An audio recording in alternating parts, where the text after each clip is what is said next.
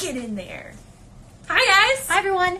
Welcome back to Marx Library Live. We hope you had a great Mardi Gras. Oh, yeah. I was about to say spring break, and I was like, no, that's next week. Spring break is next week. Ooh. So this will be a little blip of Facebook Live or Marx Library Live. A little bloop. And then we'll be gone again next week. Yeah. We'll be here, but... We'll be here, but Marx Library Live won't be here for next week, because it'll be spring break. Mm-hmm. Are we supposed to have nice weather?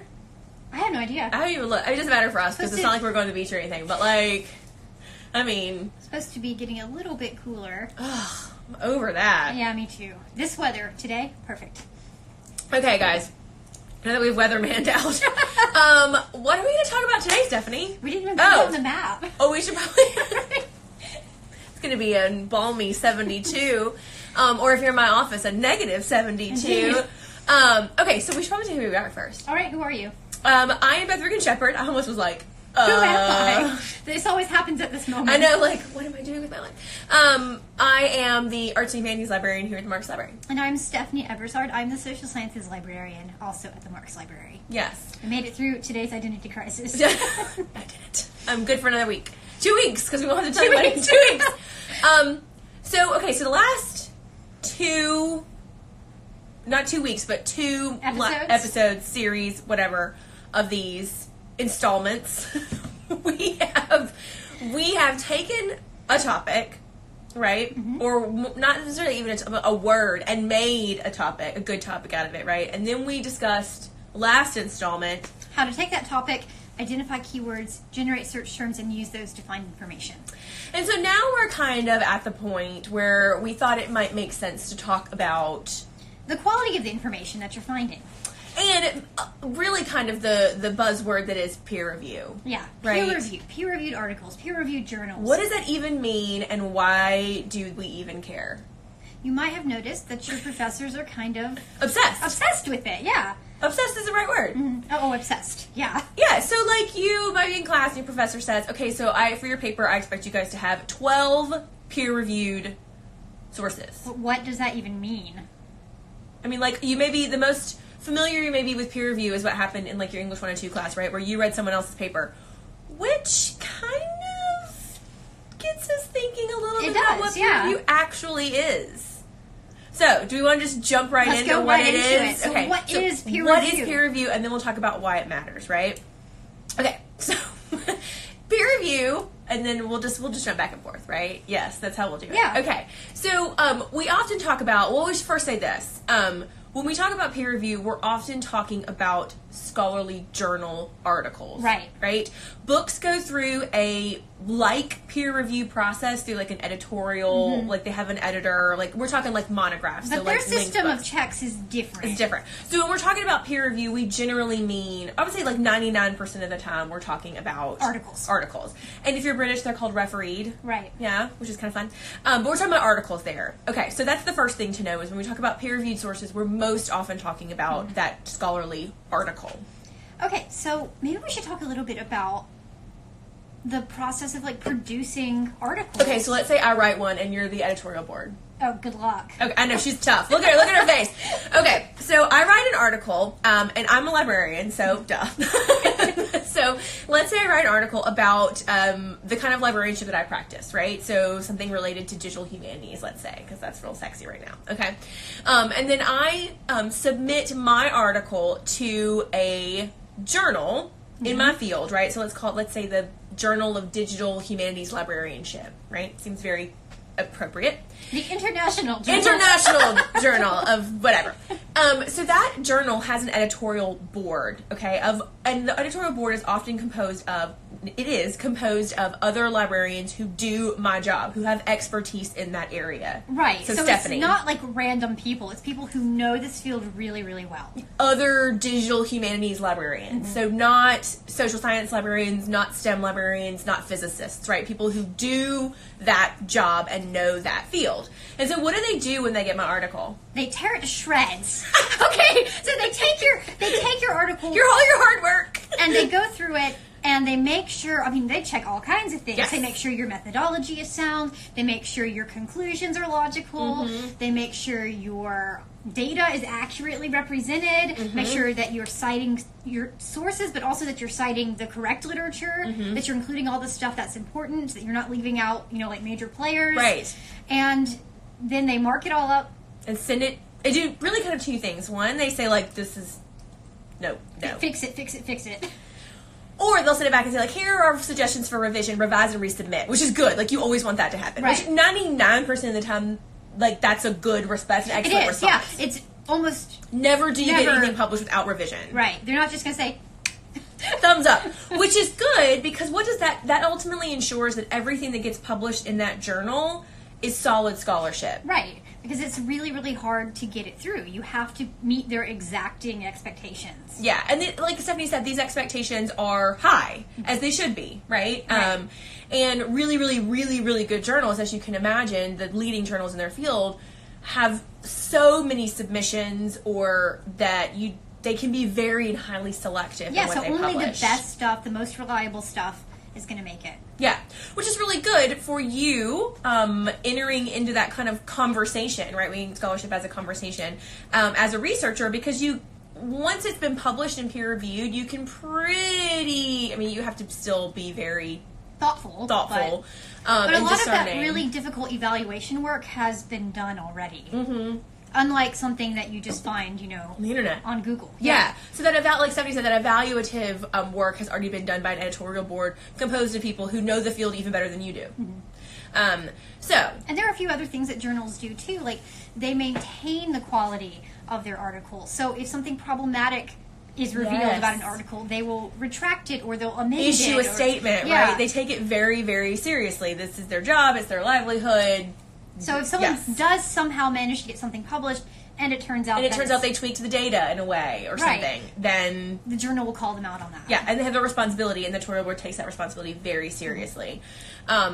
So that's the process of peer review, and it literally, we should probably say like peer review, because you're being reviewed by your colleagues in the field, or your peers. People who are your peers. Yeah. Yeah. In the same way, if you're in English 102 class, your peers are the people who are taking English 102 with you. Right. But are way less stringent than an editorial board. Like, editorial boards are not, and when we say that, they're not looking for comma splices. No. Oh, no. They're looking... That's the least of their worries. They're looking for, like Stephanie mentioned, like, are you engaging with the primary players in the field? Is your methodology legit? Did you... Because the way you're analyzing your data, does it make sense? Yeah, you literally took the jumping mat and jumped to a conclusion that your data didn't support, right? So that's the process of peer review, so that's all nice and cool, but like, why do I care? As a student, why do I care? Why do you care? Because you want the best information to support your own writing, and you want to participate in this conversation. So it's important to know what's the best stuff out there. Yeah, so why is my professor so obsessed with it, I guess is the question. Like, why can't I just, whatever I find, use it? No idea what you're trying to get at that we have not already said. Exactly. I mean, so I think the idea of like your professor becomes obsessed with it, not because of what it is, but more what it means. Right. You may find, and this is good, we were talking about this before, actually, right before this. A lot of times you'll see, like, on science web, like, you know, like, you'll go to a website or somebody will post it on something and it's like, this cool new article about, I don't know, champagne and rats, right? And some, like, website will pick it up and they'll kind of, like, and the headline will say, champagne makes you live forever, or the more coffee you drink, the longer your life. Study says that champagne will make you live forever, right? And you, like, read that, and they kind of dilute it, and then they dilute the argument, and then they, like, hint that there's a study, right? So while there's that website that is pretty much saying the exact same thing the study is saying, the study... You need to look at the study, right? Because that's the peer-reviewed study. And actually, often those websites aren't saying what the study says. Or they're saying, like, a version of it. Right. They'll say something like... Because what was the champagne thing? You said it had to do with... It was dementia. Dementia. So it might say champagne helps your memory. Which is what it essentially said. Like, you need to drink 3 glasses of champagne a day will keep you from getting dementia. Yes. So before you start like downing a bottle of champagne work. every day, it's for my health. Right. It's for my mental health. In more ways than one. But until you do, like, you really need to go back and look at the study, right? Because the study is going to explain its methodology and its conclusion and its results in a way that, like... And that's the part that's been peer reviewed to make sure all the information's accurate. Not the website. Not the website, not the, like, the clickbait headline. Yeah. Yeah, the clickbait headline. That's exactly what I was trying to say. Yeah. So that's the process of peer review and why you care and why it's so important and why it's kind of a foundational, fundamental part of information. Academic discourse? Yeah, and I watched an interesting article the other day, and it was a physicist, and he was thinking about, like, that the peer review publishing system should go away. That was his argument. And I was like, I think that's a fundamentally flawed argument. It's interesting. Maybe I'll send it to you, and you can post it on social media and see what people like, because it's a really weird... It's engaging, but doesn't really make a whole lot of sense. Well, I can see from like a gatekeeper. It was a gatekeeper standpoint, but at the same time, I'm like, there has to be throw it away. It can't be willy nilly. Yeah. You can't be just like because actually writing whatever you want. That's the problem with a lot of open access predatory open access publications. They just publish any junk, like anti-vaccine junk. Or, right, like this person I think is very altruistic in assuming that everyone wants the best for the discipline, right? And that we can all, and altruistic, that everyone wants the best for the discipline, and that everyone is as discerning as he may be. Right, but that's not the case That's at not all. always the case, as we know. From life. From everything. So that's peer review, and that's why you care. Yes. And it's very important. And we know, as librarians, we know it's super important, so I don't know if in a lot of our databases, there is a limiter to just peer-reviewed sources. For the databases that contain some peer review, some not peer review. Right. So the one that a lot of freshmen are using is OneSearch. That's going to include a whole bunch of stuff. Okay, yeah. Yeah, but we need to... Yeah. Yep, okay. And you can tick that box, and it will get rid of anything that is not published in a peer-reviewed journal. But did you hear? I'm going to underline, not published in a peer-reviewed journal. Because just because it's in a peer-reviewed journal does not mean it's a peer-reviewed article. Example, book reviews. Editorials. Yeah, those are the best. Letters to the editor. Letters to the editor, editorials. Advertisements? Yes. So a lot of times students will I think the one that most often trips them up is the book Job review. ads. The book review, right? So they'll say well, this is good. It's in a peer reviewed. The OneSearch said it was peer reviewed. No, OneSearch told you it was in a peer reviewed journal.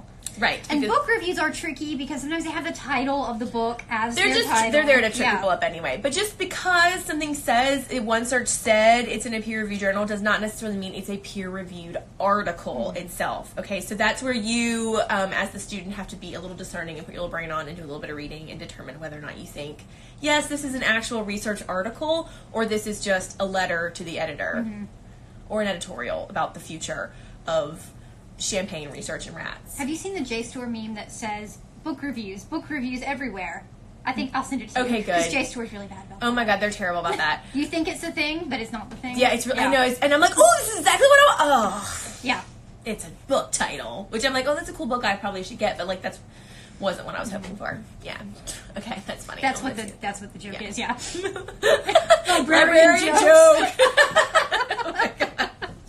Okay, so anything else we want to say? We got 2 minutes, so I think that really kind of yeah, we really just wanted to underscore that it's not just a hoop to jump through. They're not just like... It's not hazing. Yeah. Yeah. And that there are really legitimate reasons for using peer-reviewed articles instead of just whatever random stuff you find. And that just because you find something through a database doesn't mean that it's a peer-reviewed Yeah, so remember article. that. That's a really... say it again. Say it again. Speech bubble. Yeah. Just because you find something in a library database does not mean it's a peer-reviewed article. For sure. So if you have questions about whether or not something is or is not a peer-reviewed article, contact your liaison librarian, right? One of us, or Amy or Angela, and they will tell you, they'll be like, hey, no, and this is why, right? Another thing, very quickly, I think I've seen is people saying that peer-reviewed articles have to be a certain length. They do not. They do not. No. I know. A lot of times they tend to be a bit longer because, as you can imagine, if you're talking about methodology and results and you're like a lit review and all that included, which is the things you'd expect in a scholarly That gives them article some that gives length. them some length, but there is no length requirement to an academic journal sometimes article. they're 8 pages. Yeah. And then sometimes they're 58 pages. Right. It really depends on the discipline and the study itself, right? The article. So don't get hung up on length is not an indicator of quality. Right. Another interesting thing is that they have to be written by PhDs. I've seen that come up. How hurtful. I have. I know, right? How hurtful. Do my peer-reviewed articles, they don't Not count? No, they don't. They do count. They don't have to be written by PhDs. They often are, though, They right? often are. Because those are the people that are participating in this world of scholarly What are those research. poor MDs? Oh, I They know. don't count? Losers. Just saving lives. Saving lives, writing papers in their spare time. In their spare apparently. time, they don't count. So the two misconceptions, length and author credentialing, I guess. Right. Yeah. But if you have questions, don't hesitate to reach out to a librarian and we can talk you through all kind of that kind of thing.